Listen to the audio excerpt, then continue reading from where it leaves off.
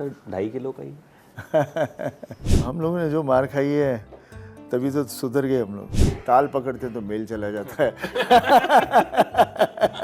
आदमी जो शर्माता नहीं वो नाच सकता है, और जिसको ये गेम आती है वही बहुत आगे बढ़ रहे हैं, because it's become a game of perception. जैसे लोग हमेशा फ्यूचर बेचते हैं ना, उल्लू बना के लोगों को, और फिर मैं कितनी बार मुंह फट भी हूँ जो लोगों को अच्छा नहीं लगता। मैंने तो कहा गदर फिल्म जब लगी थी उसके बाद मेरा स्ट्रगल पीरियड शुरू हुआ। सब्जेक्ट्स नहीं आ रहे थे, कंपनीज नहीं आ रही थी कि हम कुछ करें।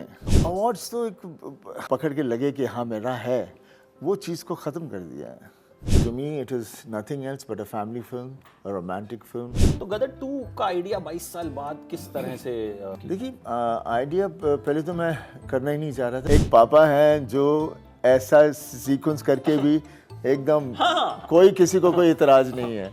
वैसे कोई और एक्टर है नहीं वैसा। मेरे में बहुत गुस्सा है, बहुत प्यार है, बहुत गुस्सा है, बहुत मिलनसार हूँ, सब कुछ है, सब कुछ भरा हुआ है अंदर।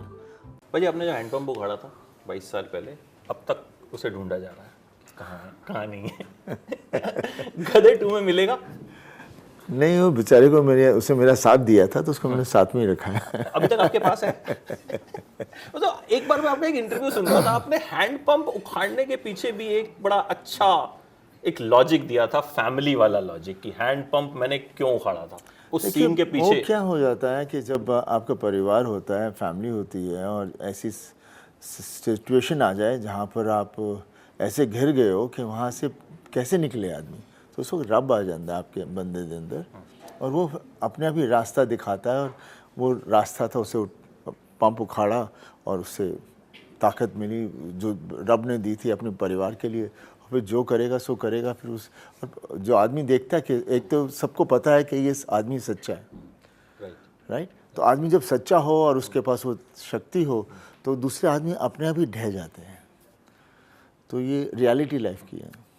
अच्छा, हाउ गदर 2 हैपेंड, मतलब कैसे आइडिया आया? क्योंकि गदर अगर मैं एक वर्ड में बोलूं, इज लाइक एन इमोशन।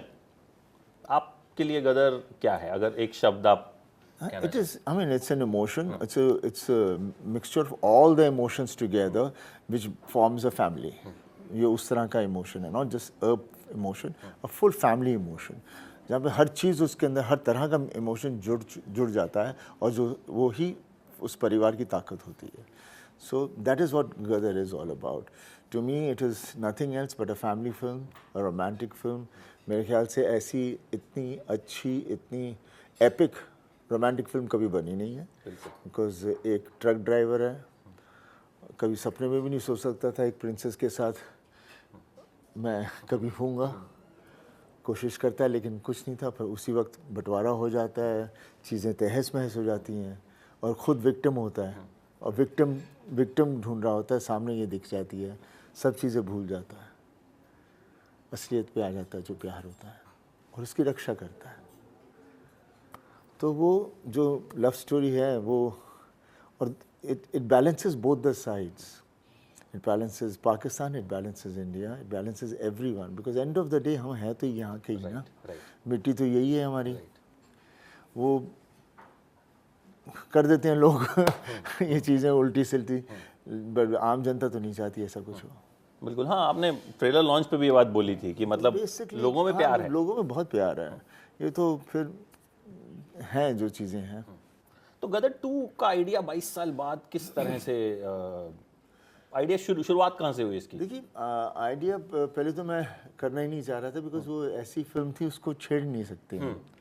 तो उसको छेड़ें तो कहाँ छेड़ें और कैसे छेड़ें? कहीं ऐसे टेढ़ा मेढ़ा छेड़ दिया तो उसकी जो एक मुंह में जो स्वाद था वो ख़राब हो जाएगा। तो बहुत वक्त के बाद शर्मा जी राइटर आए, अपने शक्तिमान जी, उन्होंने ये लाइन सुनाई और मैंने कहा हाँ, और it goes with it is Tara Singh family, it is Sakina, Tara Singh and जीते एंड पूरा परिवार है, ताई है, सब लोग हैं, एंड इट्स प्लेस्ड जैसे वो हमारी थी 47 पार्टीशन और उसके आगे तक। तो ये हमारी फिल्म शुरू होती है 71 में, जहाँ हमारे नेबर्स कंट्री के साथ इश्यूज चल रहे हैं, और उस दौरान के अंदर ये कुछ हादसा होता है जहाँ से परिवार फिर से जुड़ जाता है। अच्छा, जो तारा सिंह को हम स्टार्टिंग में देखते हैं, जो मैडम जी से इश्क जिसका होता है पाकिस्तान जाने से पहले, आपको लगता है आप कुछ कुछ वैसे ही हैं, शर्मीले टाइप के? देखिए, हम एक्टर्स बेसिकली हम ही होते हैं कैरेक्टर्स के अंदर, और इसलिए ये हमारा प्रोफेशन बहुत प्यारा है। और एक्टिंग एक ऐसी चीज़ है जो आप सीख नहीं सकते, या तो आपके अंदर है या नहीं है। हाँ, आप टूल्स के साथ उसे बेटर कर सकते हैं, लेकिन basically it's all experience and understanding and इतनी हर इंसान के अंदर हर तरह का जानवर है, अच्छा है, बुरा है, लस्ट्रस है, गंदा है, मर्डरर है, सब कुछ है हर इंसान के अंदर। But we actors get the opportunity, जब हमारे रोल्स मिलते हैं, to trigger that character out and bring it out over there. So that is I think we the blessed ones जिन्हें ये मौका मिलता है। बट तारा सिंह, तो इसी तरह से तारा सिंह भी जो है वो मेरे अंदर एक हिस्सा है मेरा, जो वो बाहर आ जाता है, और तभी जाके वो बिलीवेबल लगता है। तभी लगता है कि हाँ, ये देखो जी, तारा ट्रक ड्राइवर भी है, दो जा रहे थे लेके अपना सरंगी बजा रहे हैं, कुड़िया ने प्ले करना चाहता है। I mean, जो हम पंजाबी लोग होते हैं, सब में कला है, तो वो कहाँ से कहाँ सब कुछ करता है। नहीं, बिकॉज मैं शुरू से यही मानता था, because as being a shy person, और म्यूज़िक और इसके लिए क्या है, उसके साथ तालमेल होना पड़ता है। ताल पकड़ते तो मेल चला जाता है और फिर कहीं कहीं फिर जुड़ जाता है, फिर से चला जाता है। तो और उसमें आदमी जो शर्माता नहीं, वो नाच सकता है, वो ज़्यादा अच्छी तरह से। मतलब वो वैसा, और लगता है कि आसपास के लोग क्या सोचते होंगे। अब जैसे शर्म आती है, बिकॉज खुद को अजीब सा लगता है कि मैं क्या कर रहा हूँ, और पर एक दफ़ा जुनून आ जाता है, फिर ठीक हो जाता है। जैसे मेरे I enjoyed the song and Gadar का जो अपना है, मैं निकला गड्डी लेके, उसमें बहुत ही तारा सिंह का कैरेक्टर था वो। हाँ, उसमें आपके डांस मूव्स देख के मुझे बड़ी हैरानी हुई कि मतलब कैसे आपने जो है। नहीं, मैं कहता हूँ कैरेक्टर वैसा हो जो गाने के साथ उसके साथ तालमेल में जानी। तो हम लोग गाना आता तो हमारा पूरा सेक्शन चेंज हो जाता है, कैरेक्टर बदल जाता है, एटीट्यूड्स बदल जाते हैं। वैसे इस गाने से कहीं ना कहीं आप रिलेट नहीं करते, क्योंकि जब आप 12 साल के थे, आप भी गड्डी गुड्डी लेके निकल जाते थे। हाँ जी, वो चुपचाप गाड़ी रात को निकालते थे, डांट खाते थे, तो कुछ कुछ मेमोरीज मम्मी मारती थी। हम लोगों ने जो मार खाई है, तभी तो सुधर गए हम लोग। वैसे मम्मी ज़्यादा मारती थी? हाँ, ऑब्वियसली माँ हमेशा नज़दीक होती है, और हमें हमेशा फादर का नाम दे के डराया जाता है। हाँ, तो और क्यों फादर काम कर रहे होते हैं, तो हम उसी के अंदर बंधे रहते हैं। तो आप डिस्कस करते हैं मतलब धर्मपाल जी से कि ये कर रहे हैं या नहीं कर रहे हैं आप? मतलब अपनी फैमिली में फिल्म्स डिस्कस होती हैं सिर्फ? नहीं, इतनी फिल्म्स नहीं करते, ज़्यादा डिस्कशन नहीं होती। कभी कभार कर ली तो होती है, बट नॉट, कभी कोई चीज़ अच्छी लगी तो जिक्र कर लेते हैं, बट अदरवाइज घर पे काम क्यों। अच्छा, एक बचपन से मैं एक सवाल आपसे पूछना चाहता था। मतलब जब से मैंने आपको देखना, जब मैंने सोचा भी नहीं था मैं जर्नलिस्ट बनूंगा, या एक दिन ऐसा आएगा when I will be sitting in front of this Sunny Deol. Sir 2.5 kilo का ही मैं हमेशा कहता हूँ, बात 2.5 किलो की नहीं होती, बात आदमी की सच्चाई की होती है। वही सच्चाई आपकी ताकत होती है, वही जितने मर्जी किलो बना लो, बन जाती है, जैसे वक्त की ज़रूरत हो, वक्त की ज़रूरत हो। अच्छा, वैसे जब आप अपने वो एक दौर ऐसा जब आपका था कि मतलब था, अभी है, मतलब कि जब आप एकदम एंग्री यंग मैन वाला जो रोल होता, आपके जो डायलॉग्स थे वो तो अब भी हम सुनते हैं, अगर चला दो तो एकदम रोंगटे खड़े हो जाते हैं, तो आपकी खुद की फीलिंग क्या होती है उनको देखने के बाद? जैसे मैंने आपसे कहा ना, मैं जो कैरेक्टर्स प्ले करता हूँ उसमें मेरा हिस्सा होता है उसके अंदर, तभी वो मैं कर पाता हूँ, नहीं तो नहीं कर सकता। तो गुस्सा है आप में? मेरे में बहुत गुस्सा है, बहुत प्यार है, बहुत गुस्सा है, बहुत मिलनसार हूँ, सब कुछ है, सब कुछ भरा हुआ है अंदर। और जब कैरेक्टर्स मिल जाते हैं तो उसे उभारने का मौका मिल जाता है। अभी तक अगर आपसे मैं पूछूं कि आपका सबसे फेवरेट कैरेक्टर एक कोई? ऐसा कुछ कह नहीं सकता कि फेवरेट कैरेक्टर कौन है, बिकॉज हर कैरेक्टर की अपनी खुद की एक खूबसूरती थी। अर्जुन ले लो तो उसकी अपनी अलग खूबसूरती थी, जो बेताब की थी उसकी एक अलग तरह का एक कॉबॉय काइंड का बॉय लड़का था। देन डकैत ले लो, यतीम ले लो, ढेर सारी फिल्में हैं जिनों की अपनी अपनी ऐसी खूबसूरती थी। और मैं बेसिकली जितनी भी अच्छी फिल्में हुई हैं उनमें मैं कहानी सुनता था और मेरे को अपने भी खींच लेती थी, और मैं वो फिल्में करता था। जब वो खींचती है तो मीन्स आपके अंदर की रूह आपको खींच रही है, और इसलिए आप कर रहे होते हैं तो पिक्चरें फिर वो सब में आप इंजॉय करते हो कैरेक्टर्स। जिस वक्त गदर आई थी उस वक्त मुझे याद है ये पहली ऐसी फिल्म थी जो मैंने बैक टू बैक 2 बार थिएटर में देखी थी। बत्रा सिनेमा, अच्छा। दिल्ली यूनिवर्सिटी के पास था, तो कॉलेज से बंक मार के मैंने 2 बार बैक टू बैक इस फिल्म को देखा था। वो सिंगल स्क्रीन थिएटर में, वो सिंगल स्क्रीन पे देखने का उस वक्त तो सिंगल स्क्रीन ही वही थे। मतलब अब तो खैर अभी मल्टीप्लेक्स होके भी बात तो सिंगल स्क्रीन्स की है, बिकॉज सिंगल स्क्रीन में 1100-1200 सीटें होती थी, मल्टीप्लेक्स में भी उतनी होती हैं, चार्ट खो में बना के है तो सीटें उतनी। बट मजा तो सर सिंगल स्क्रीन का ही है। क्योंकि इसमें मज़ा इसलिए होता था कि हर तरह के लोग बैठे होते थे वहाँ पर, समझे। बजाते हैं, ताली बजाते नहीं, ताली बजाते नहीं, इट्स नॉट वो सीटी बजा रहे हैं ताली बजा रहे हैं, वो एंजॉय कर रहे हैं। राइट।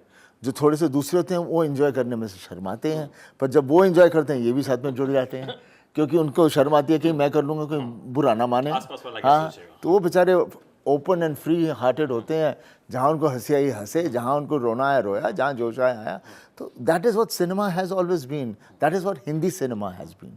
अभी हमारे यहाँ बेसिकली बॉलीवुड चल रहा है, हिंदी सिनेमा की ज़रूरत है वापस। अच्छा, मैं वही पूछ रहा था कि उस वक्त में और इस वक्त में बड़ा डिफरेंस आया है, 22 साल का एक डिफरेंस है, एंड कहीं ना कहीं इंडिया पाकिस्तान के रिलेशंस चेंज हुए हैं। तो हाउ यू सी दैट कि उस वक्त ये फिल्म जिस तरह से चली थी और अब जो आ रही है, देखिए आप क्या कुछ देख, चलने ना चलने की बात नहीं है, पीरियड की बात है। हम थोड़ी ना आज का पीरियड बता रहे हैं, हम तो पीरियड बता रहे हैं 1971, तो we are recreating 1971, not today. So it has to be 97 relatable ना। तो आपको उस कंटिन्यूएशन में आने में दिक्कत हुई? नहीं, कुछ नहीं, बिकॉज वो था ही कुछ 10-15 साल के बाद। वो तारा सिंह इस वक्त उसके पास और ट्रक्स आ गए हैं, वहीं रहता है। अच्छा, अब वो बड़ा आदमी हो, बड़ा मतलब कि जहाँ एक ट्रक था अभी 4-5 हो गए, उससे ज़्यादा क्या, उससे वो खुश आदमी है, उसे कोई अपनी ऑर्गेनाइजेशन नहीं बनानी है। अच्छा, एक तारा सिंह के बारे में अगर कैरेक्टर को देखा जाए, जिद कि मैं मतलब जैसे इसमें भी ट्रेलर में आप कहते हो मैं जीते नु लेके आऊंगा। जिद नहीं है वो एक बाप की बात है। मेरे बेटे को कुछ होगा तो बाप बोलेगा मैं नहीं लेके आऊँगा, हो ही नहीं सकता। बेटे को थोड़ा सा कुछ भी खरोश भी आ जाए तो बाप तो कांप उठता है, तो वो बाप होता है। वैसे आप जिद्दी हैं रियल लाइफ में? ज़िद्दी, हर आदमी ज़िद्दी भी होता नहीं भी होता, लेकिन ज़िद को जहाँ तक कंट्रोल किया जाए तो ठीक है। कितनी बार उसको ज़िद्दी इसलिए भी कह दिया जाता है बिकॉज कितनी चीज़ें आप बहुत पहले से ही समझ जाते हैं कि हाँ यही चीज़ करनी है, ये सही है।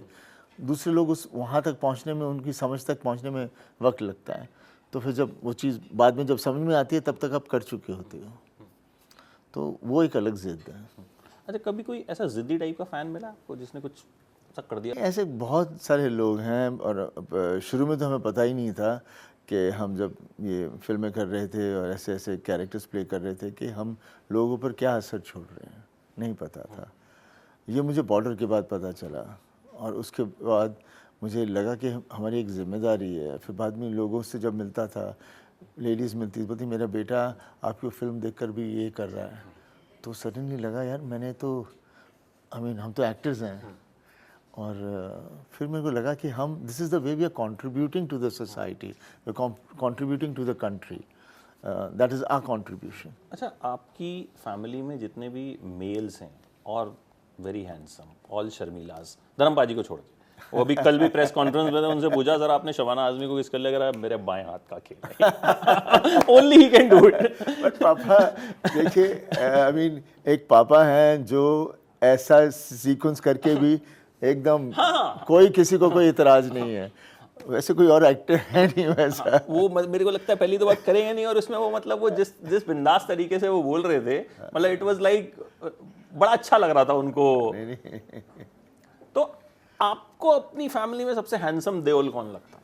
पापा से बढ़ के है कौन? कोई भी नहीं। हम तो सब उनके 19-20 भी नहीं, कहाँ बहुत नीचे हैं।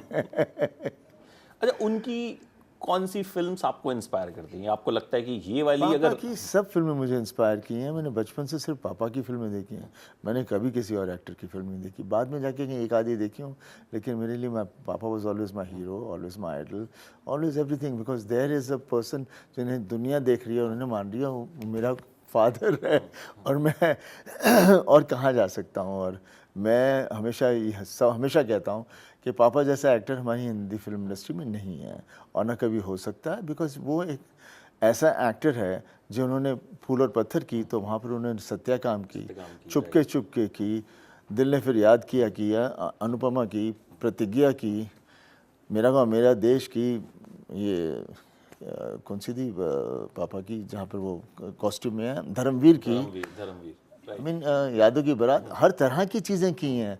बाकी एक्टर्स कोई है नहीं जो, और सब सक्सेसफुल फिल्में रही हैं, करते हैं हम लोग, लेकिन हिट फिल्में दी हैं सब। तो I think that to me, मैं चाहे जो जिस मर्जी का नाम ले लो और मेरे को बताओ इस तरह की फिल्में हों जो चली हों। राइट। एक मैं उन्हीं की एक चीज़, मतलब मैं उनको बड़ा फॉलो करता हूँ, मतलब मुझे पता नहीं, मैं जब भी उनका कोई इंटरव्यू देखता हूँ या कुछ देखता हूँ, उनको सुनता हूँ ना, I had tears in my eyes. पता नहीं क्यों, मेरा एक कहीं ना कहीं कनेक्शन है। मिला नहीं मैं आज तक उनसे, बाई चांस कभी मुलाकात नहीं हो पाई, but I have a connection. So एक मैं उनकी चीज़ सुन रहा था, वो कह रहे थे, मैंने बॉबी और सनी से कहा था कि बेटा हम काम तो करते हैं लेकिन ना उसकी मुनादी नहीं कर पाते, तो now it's the time we should do marketing. देखिए जो चीज़ आती नहीं है वो करनी बड़ी मुश्किल हो जाती है। आपको लगता है जरूरी है अभी कि the kind of films you do, या उन्होंने जैसी की? ज़रूरी की बात ये हो जाती है जगह हम दूसरे को देखते हैं, अरे भाई इतना कुछ है नहीं लेकिन इतने पैसे बना रहा है, तो आदमी जब उस तरह से सोचने लग जाता है तो फिर एक गलत ट्रैक पे चला जाता है। कि हर इंसान एक अपने उसकी अपनी पर्सनालिटी होती है, वो उतना ही कर सकता है जितना है, और कंटेंट होना बहुत ज़रूरी है। I am an actor who enjoys acting, I just want to carry on doing acting. वहाँ पर कहीं कुछ इंडोर्समेंट आती है, लेकिन I am not the person who's going to run around कि मेरे को इंडोर्समेंट क्यों नहीं, ये क्यों नहीं, आई एम नॉट, मैं वो नहीं करता।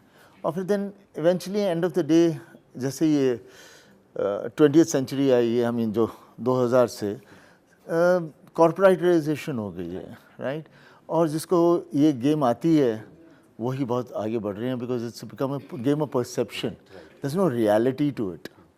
जैसे लोग हमेशा फ्यूचर बेचते हैं ना, उल्लू बना के लोगों को शेयर्स का तो ये उस तरह की दुनिया हो गई है, और इंडस्ट्री भी उसी के अंदर आ गई, और एक्टर्स भी हमारे काफ़ी उसी के शिकार हैं, but they happy. I mean it is not, there is nothing wrong, मैं किसी को बुरा नहीं कह रहा, लेकिन वो this is what it is.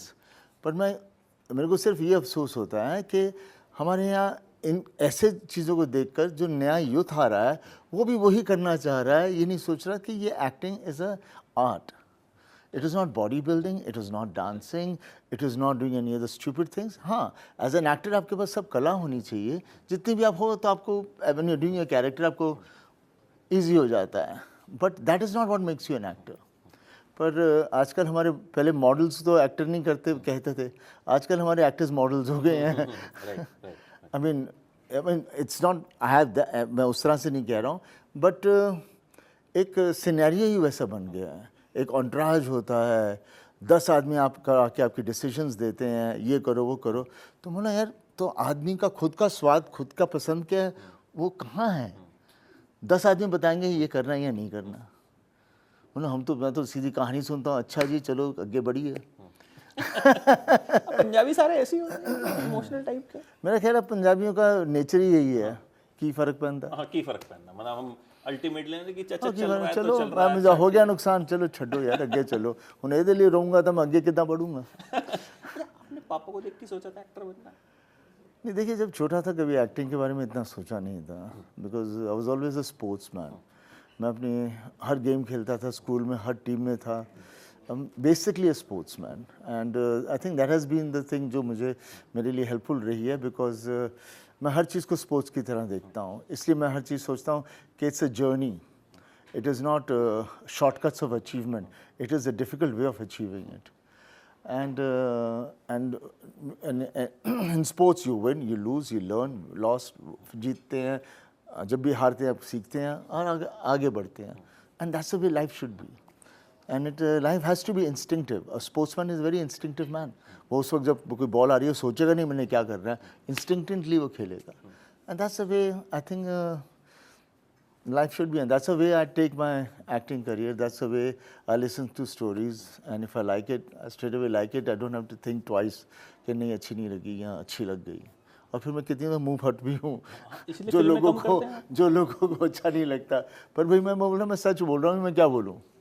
कि तूने घटिया स्क्रिप्ट दी है तो नहीं वो नहीं, घटिया की बात नहीं है, नहीं मुझे पसंद नहीं आई। नहीं तो हम लोग कह देंगे अच्छा ठीक है 1 महीने के बाद बात करते हैं, 2 महीने के बाद बात करते हैं, तो बेचारा वो लटक जाता है जिसको हमने 1-2 महीना कह दिया, तो वो मुझे नहीं अच्छा लगता। तो फिल्में आप कम इसीलिए करते हैं या क्या रीजन है कि नहीं we फिल्में see you कम less? करने का मतलब वो नहीं रहा, रीज़न नहीं रहा, बस यही है जैसे मैंने तो कहा गदर फिल्म जब लगी थी उसके बाद मेरा स्ट्रगल पीरियड शुरू हुआ। ओह, इतनी बड़ी फिल्म देने के मेरे पास सब्जेक्ट्स नहीं आ रहे थे, कंपनीज नहीं आ रही थी कि हम कुछ करें, तो एक वो चीज़ थी। और अब मैं देख रहा हूँ कि चाहे मैंने इतने साल इतना काम नहीं किया, ये गदर जो हमारी 2 आ रही है उसमें वही लोगों का प्यार है, वही है जो हमेशा था। लेकिन मैं खुद प्रोड्यूसर नहीं था, मैं एज ए प्रोड्यूसर मैं हट गया था। लोग जो प्रोड्यूस करने वाले होते हैं उनके ऊपर होता है कि किस एक्टर को लेना चाहिए, और हम कोई कैंप वाले हैं भी नहीं। हमने हमेशा, मैंने आप देखोगे तो मैंने जितनी भी फिल्में की हैं बहुत न्यू कमर्स के साथ की हैं, कभी कोई बड़े स्टूडियो के साथ काम नहीं किया। बट आप हमारे दिलों में बसते हैं। बिकॉज मैं दिलों वाली फिल्में करता हूँ। यस ऐसे ही सर दिलों में बसे रहिए।